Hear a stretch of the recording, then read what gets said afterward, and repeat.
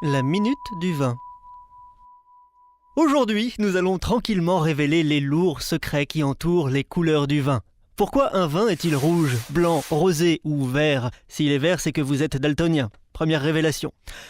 On n'en parle jamais, mais le vin ne pousse pas en supermarché, ni même chez les cavistes. Le vin est obtenu à partir de raisins. Eh oui. Des raisins qui ont pour la plupart une pulpe blanche. Leur jus est donc blanc. Pour obtenir du vin rouge, on saupoudre le jus de paprika et ensuite... Attendez, non, je me trompe de feuille. Ah oui, voilà.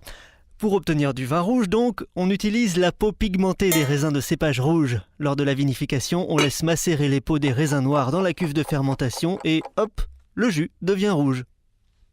Dans la peau des cépages blancs, en revanche, pas de pigment. Les raisins blancs donneront des vins blancs. Et le rosé, certains prétendent qu'il s'agit d'un mélange de vin rouge et de vin blanc. Permettez-moi de rire sous cap. En France, en tout cas, cette pratique est interdite. En fait, lors de la vinification, la peau des raisins noirs fait trempette, comme lors de la préparation du vin rouge. Simplement, elle macère moins longtemps. À ce stade, vous vous demandez certainement si un cépage rouge peut donner un vin blanc. Cette question est consternante.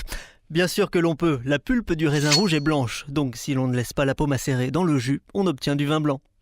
Mais le raisin n'est pas la seule variable dans la couleur du vin, ça serait trop simple.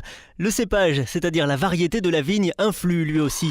Par exemple, les cabernets donnent des robes plus intenses que le pinot noir. Il faut encore évoquer le sucre, plus la teneur en sucre est élevée, plus la couleur est intense, et l'âge.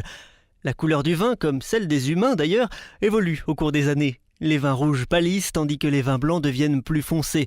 En fin de vie, tous les vins prennent finalement la même teinte orangée. Pas de jaloux. Mais il est trop tard pour les déguster, sauf pour les très grands vins. Il existe tout un nuancier de couleurs qui, quand on sait le déchiffrer, donne des indications sur le vin.